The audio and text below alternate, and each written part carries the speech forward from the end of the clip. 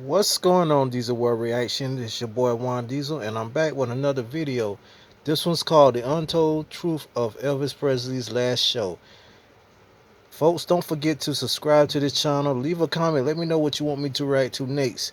That being said, let's get into it.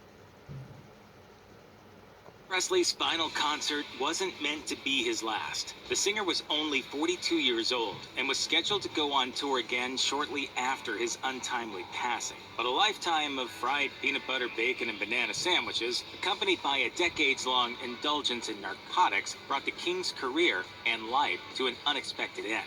The last live show that Presley ever performed occurred in 1977. The day was June 26th. A date that kept popping up in Elvis history. It was his manager, Colonel Tom Parker's birthday. Plus, according to Rolling Stone, Elvis was first called to the Sun Records office on June 26, 1954. 3 years to the day after that, he spent his first night at Graceland. On June 26, 1979, Elvis's father died of heart failure. What could it all mean? It's all connected. A web of conspiracy that goes all the way to the top.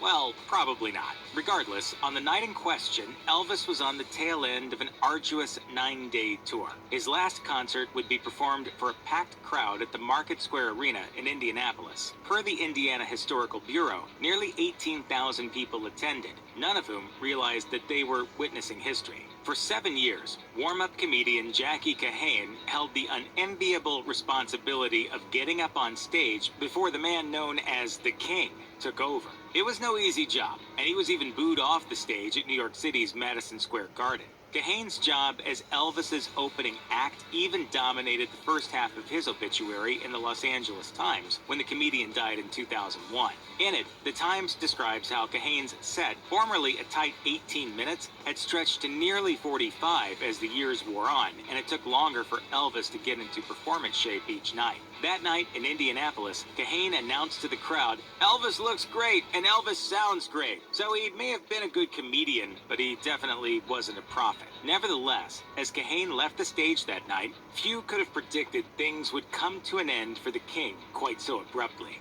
If you're wondering how much it cost to see Elvis Presley on the night of his death, it was only $15 a ticket, or just over $65 in modern dollars adjusted for inflation. Even more surprisingly, tickets were still available for purchase the evening before the concert, per the Indiana History blog. Quite the bargain for an up-close look at one of the era's defining stars. Aside from Kahane, that evening's opening acts included a brass band and some soul singers. In fact, those openers performed for almost an hour and a half before fans would catch sight of the man they'd all been waiting for. The Indianapolis Star noted that for the Monday evening performance, Elvis had donned the now iconic white and gold jumpsuit, maybe to better facilitate the dance moves that still drove the audience wild. Of particular note to the reviewer, Elvis had limited his karate moves that evening, but nevertheless bounded on stage to kick off the show with a rendition of C.C. Ryder, and still threw in a few of his signature leg jerks from his early days. For fans, it was a remarkable performance, especially given how difficult 1977 had been thus far for the King.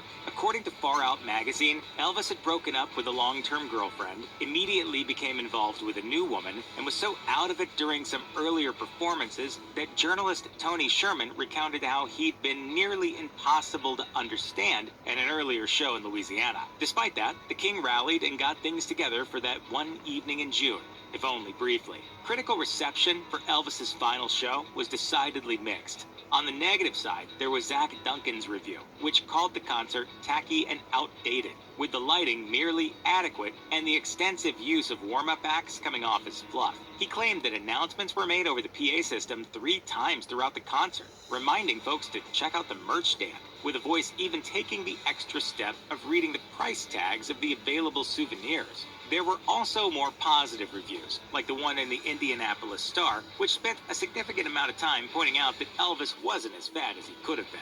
Over the course of a 3-hour concert, Elvis spent just an hour and 20 minutes on stage, performing old standards as well as new numbers, including a cover of Simon & Garfunkel's Bridge Over Troubled Water. At the end of the show, Presley brought his father on stage to wave to the crowd, then sang his hit song, Can't Help Falling in Love with You. Afterward, he told the audience, "We'll meet you again. God bless. Adios." And then the show was over, and Elvis left the building for the very last time. Check out one of our newest videos right here. Plus, even more grunge videos about your favorite musicians are coming soon. Subscribe to our YouTube channel and hit the bell so you don't miss a single one.